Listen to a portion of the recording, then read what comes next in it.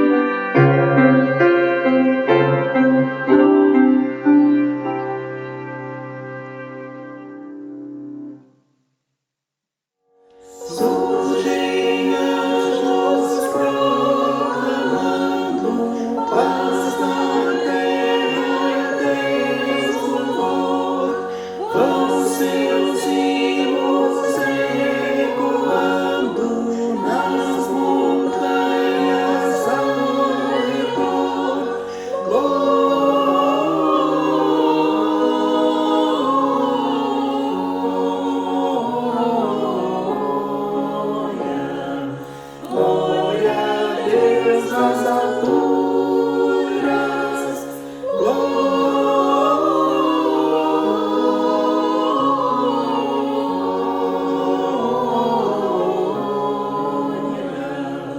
glória a Deus nas alturas. Vão se alegres os pastores, ver o infante celestial, e acrescentam seus louvores ao louvor angelical.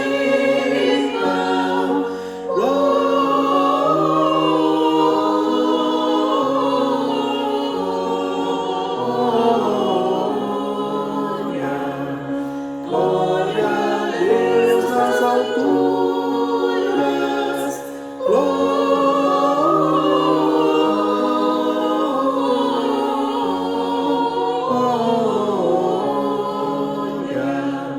glória a Deus nas alturas.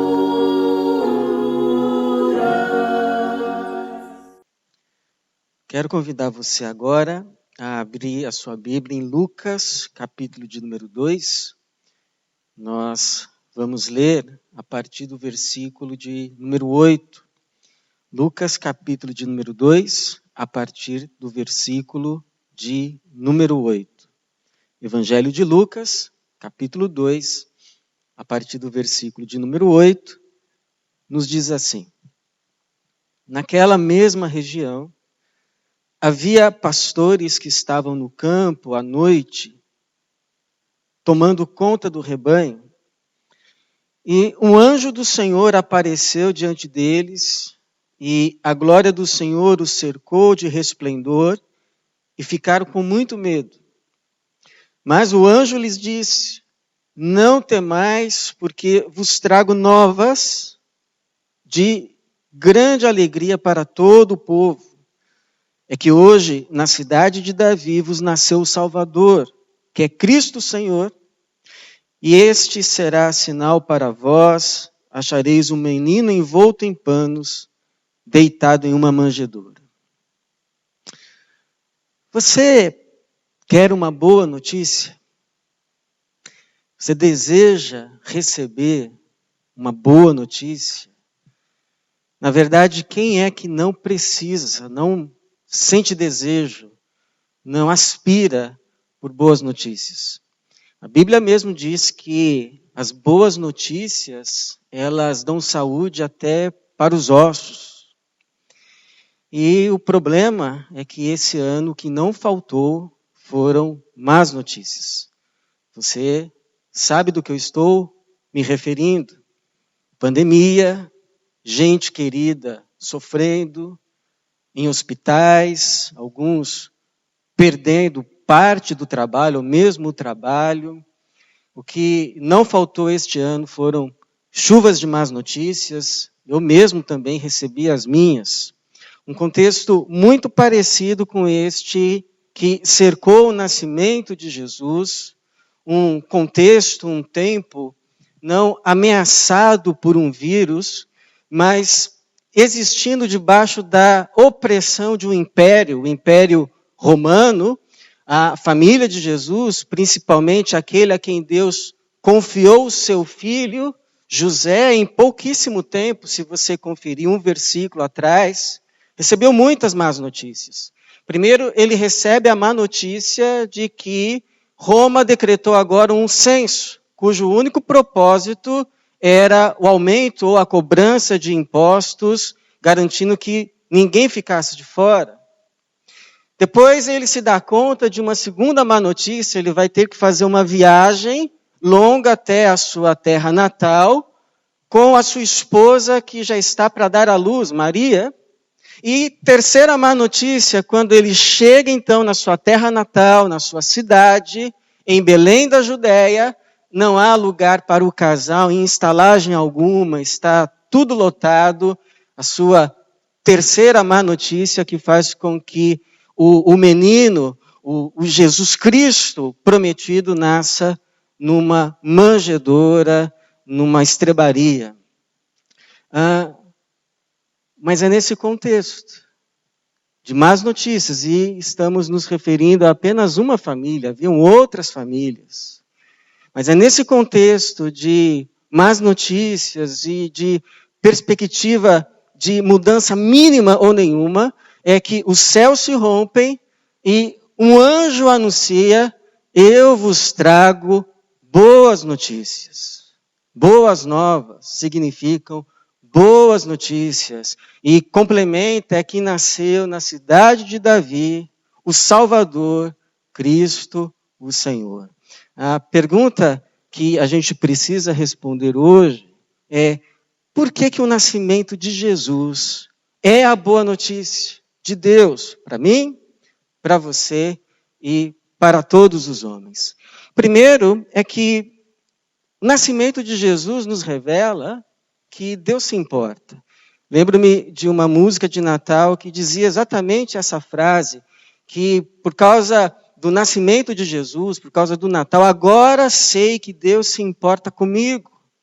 E é verdade, porque se você reparar, os títulos que são atribuídos a Jesus no seu nascimento por esse anjo, versículo de número 11, é que hoje na cidade de Davi vos nasceu o Salvador, que é Cristo, o Senhor.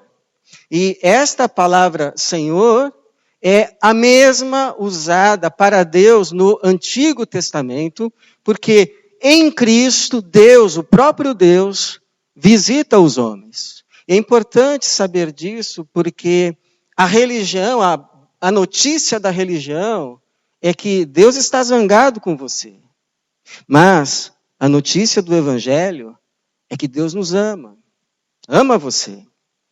A notícia da religião é que uma vez que Deus está zangado com você, pelo que você fez ou pelo que você deixou de fazer, você deve se achegar a Ele com alguma coisa nas mãos, quem sabe uma boa obra, quem sabe um sacrifício, e talvez por causa disso Ele aceite você. Mas a boa notícia do Evangelho é que quem apresenta algo para a tua salvação, para você ser aceito, é Ele mesmo, pois entrega e nos dá o seu próprio Filho.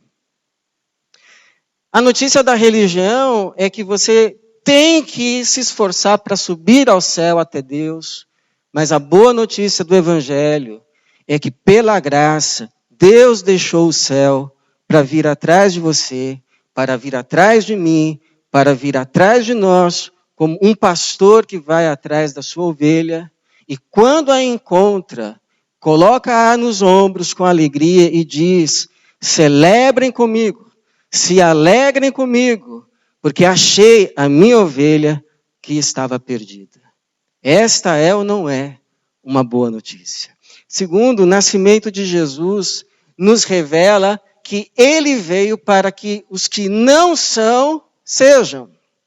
Porque Deus poderia ter escolhido se revelar, anunciar o nascimento do seu Filho, do Messias, de Jesus Cristo, enviar o seu anjo ali ao palácio de Herodes, ou ter enviado o seu anjo à elite religiosa no templo, mas Deus prefere, escolhe, decide enviar o seu anjo para revelar o nascimento do seu Filho a pastores nos campos. E você sabe que a classe de pastores, na época, naquele contexto, era uma classe desprezada. Porque, devido à sua profissão, eles não podiam cumprir à risca as exigências da lei religiosa da época. Eles também tinham má fama, e por isso o seu testemunho, o testemunho de pastor de ovelha, não era aceito nos tribunais. Eles não eram considerados dignos de confiança, por isso os seus testemunhos não eram aceitos. Mas é a essas pessoas desprezadas que Deus se revela o nascimento do seu Filho e quase que ironicamente faz deles as suas primeiras testemunhas, porque quando eles encontram o menino, versículo de número 17 diz assim: e vendo-o, contaram, ou seja, testemunharam a todos o que lhes havia sido dito sobre o menino, e todos os que ouviam os pastores ficavam muito admirados, porque onde Jesus nasce, há antes e depois. Onde Jesus nasce, há ruptura com um passado e abre-se as portas para um novo viver. A mudança. Aqueles que viviam na mentira, agora passam a viver na verdade. Aqueles que diziam orgulhosamente ou arrogantemente as oportunidades da vida, claro que sou eu, passam a dizer humildemente, quem sou eu? Você se lembra de Moisés, enquanto respondia a pergunta, quem libertará o povo de Israel do Egito? Claro que sou eu, nada aconteceu. Mas quando passou a dizer, quem sou eu? Deus a ele se revelou e usou. Quem antes vivia só para si mesmo, agora consegue enxergar o outro, ou os outros, e não para ser salvo, mas porque foi salvo. Pergunta a você, você consegue enxergar antes e depois na sua vida? Ou pelo menos uma mudança progressiva, paulatina? Se sim, isso é sinal que Jesus nasceu em você, que Jesus está vivendo em você, que Jesus está crescendo em você, que a pessoa do próprio Jesus está sendo formada em você, ganhando espaço em você, e não para que você deixe de ser quem você é, mas para que você se torne quem foi originalmente criado para ser. Por isso que alguns dizem, com razão, que Jesus dividiu não apenas a história do Ocidente em antes de Cristo e depois de Cristo, mas a história da nossa vida também. E terceiro, o nascimento de Jesus revela que Deus age, intervém na história, ainda que a gente não perceba, ainda que os nossos sentidos não capturem essa ação.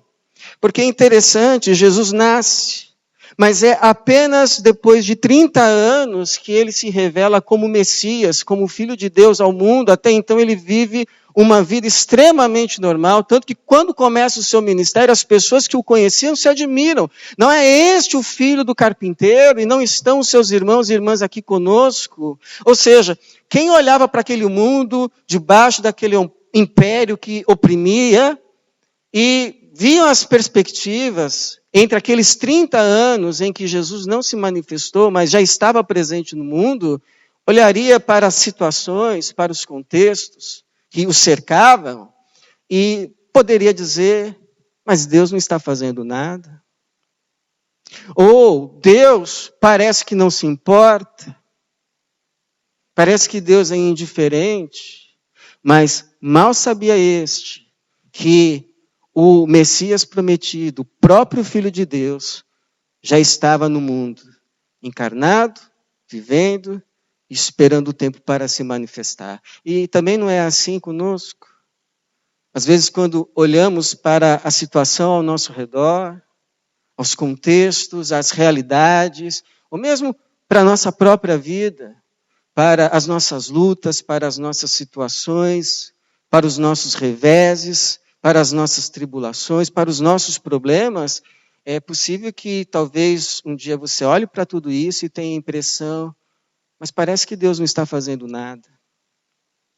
Ou parece que Deus está indiferente. Parece que Deus não se importa com esta causa, ou com a minha causa. É porque a gente se esquece do que Jesus ensinou. Que o reino de Deus, que a ação de Deus, que a intervenção de Deus, as deliberações de Deus, são como o punhadinho de fermento que a mulher coloca na massa. E ela, sem perceber, durante a noite, aquele fermento leveda toda a massa, de forma que, pela manhã, a massa está toda levedada. O reino de Deus é como aquela semente que o semeador planta e, sem perceber, debaixo da terra, ela vai crescendo até que brota e dá o seu fruto e Ele colhe. Por isso, já disse uma vez e digo mais uma vez a você, se você olhar para alguma situação do mundo, para alguma situação da vida, quem sabe da tua própria vida, ou da vida de alguém muito querido, e você vê o mal prevalecendo, você pode dizer com toda certeza e fé em Cristo, este pode ser o começo ou o meio da história, mas não é o fim da história. Porque em Cristo, Deus já nos revelou que a nossa história não termina em lágrimas mais. A nossa história termina com Deus enxugando dos nossos olhos toda lágrima. Não algumas lágrimas, não muitas lágrimas, mas toda lágrima. Por isso, as boas novas não são de alguma alegria. Não são sequer de alegria, mas o texto diz que essas boas novas são de grande alegria. Eu sei da história de um menino que uma vez fez xixi na sua roupa e se escondeu com medo. E aí a sua mãe o começou a procurar e por não o achar começou a ficar desesperada. Mas quando o encontrou com medo, aquela mãe não o recriminou, mas aquela mãe o abraçou, o chamou de filho, o beijou, o acolheu e o lavou. Guardada as devidas proporções, esta é a mensagem do Evangelho. A mensagem, a boa notícia que diz que Deus veio ao mundo, mas não para nos condenar, mas para nos salvar. Não para nos cobrar qualquer coisa, mas para pagar aquilo que nenhum de nós podia pagar, simplesmente porque nos amou e porque nos ama. E o que a gente faz com essa tão grande boa notícia? O que os pastores fizeram? A gente as espalha, a gente conta para que essa alegria não seja só nossa, mas seja de todos e para a glória de Deus.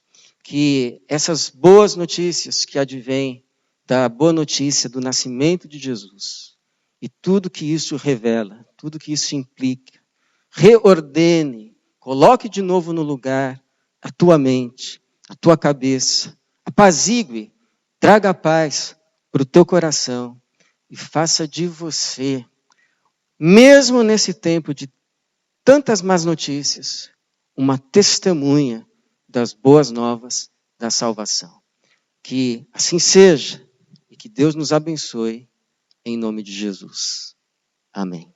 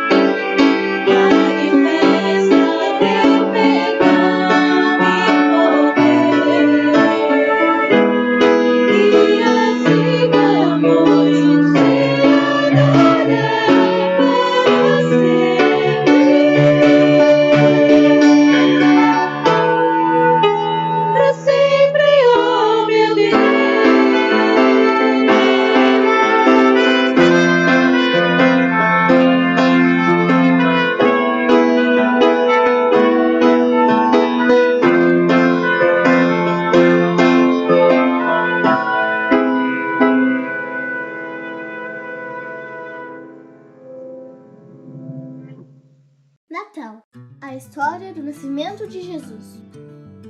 Hoje vamos ouvir a história do Natal, a história que mudou as nossas vidas, que tocou no nosso coração, a história do nosso maior presente.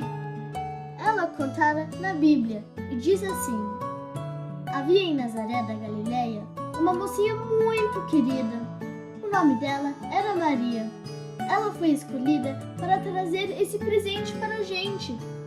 Certo dia, Deus mandou um anjinho levar uma mensagem a ela. Ele disse assim: alegre-se, o Senhor está com você. Ele colocou um bebê na sua barriga e ele vai se chamar Jesus. Ele será um presente para todo mundo. Maria ia se casar com José. Ele também era um rapaz muito querido. Ele amava Deus, era justo, responsável e ele gostava muito da Maria. O anjinho também apareceu para José durante um sonho.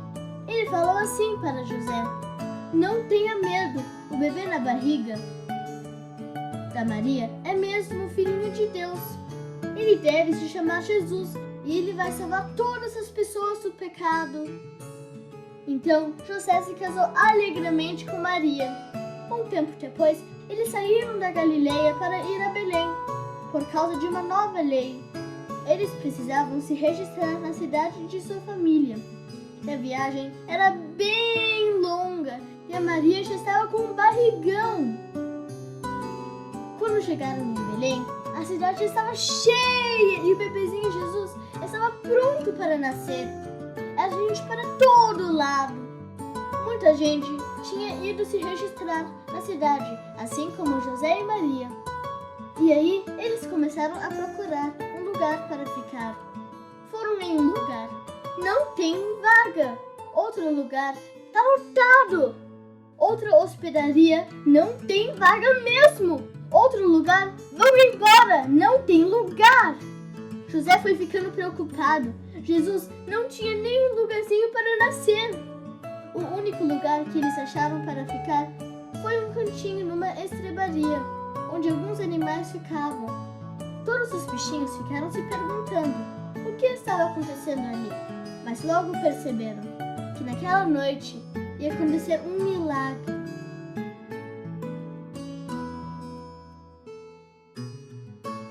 E então ali, junto de todos aqueles bichinhos, Jesus nasceu! José e Maria mal podiam acreditar. Era muita alegria.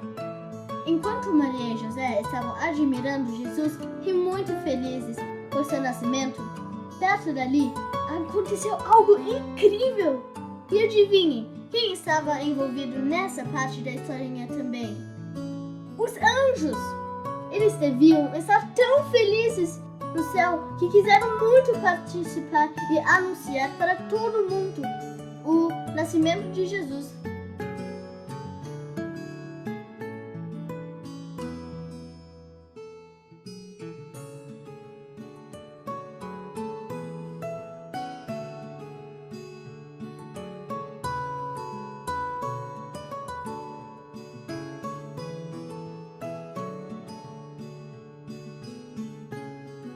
Então um anjinho também apareceu para os pastores lá no campo. Ele falou assim: não tenham medo, tem uma novidade que vai deixar todo mundo feliz. Hoje nasceu o Salvador, que é Jesus. Vocês vão encontrar o bebezinho Jesus numa manjedoura cheio de panos. Naquele mesmo momento, apareceram muitos anjos lá no céu, cantando e louvando a Deus. Assim que os anjos foram embora, os pastores não perderam tempo. Foram logo a Belém conhecer Jesus. Lá encontraram Maria, José e o bebê Jesus. Deitaram na manjedoura, assim como o anjo havia dito. O tempo passou e Jesus cresceu um pouquinho. Talvez ele tivesse uns 2 aninhos, quando ele recebeu uma visita inesperada. 3 reis magos! Esses 3 homens eram muito inteligentes. Eles estudavam no céu. Através de uma estrelinha muito linda e brilhante lá no céu, Deus anunciou a eles também que que Jesus tinha nascido. Essa estrela foi à frente dos 3 reis e eles andaram um montão até chegar em Jerusalém. E o que havia lá?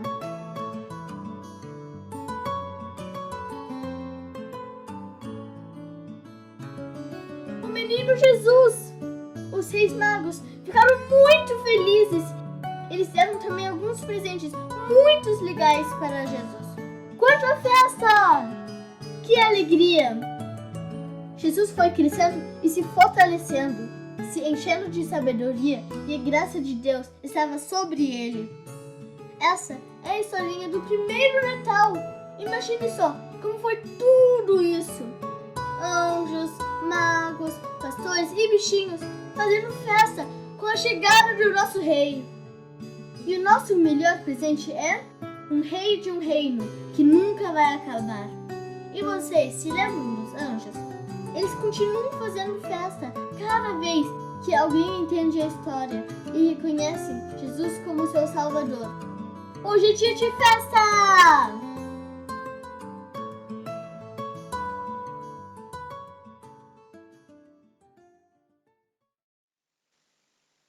Amém. Estamos chegando agora ao encerramento do nosso culto IBBB de Natal online. Minha oração é que você tenha sido muito abençoado com tudo que você viu, com tudo que você ouviu, e que Deus te capacite, te dê a graça de ser uma testemunha das boas novas de salvação que mais uma vez foram anunciadas. Que assim seja e que Deus nos abençoe no nome daquele que é a boa notícia de Deus, que muda a história da nossa vida, Jesus. Deus te abençoe, uma semana de paz na presença dele. Amém.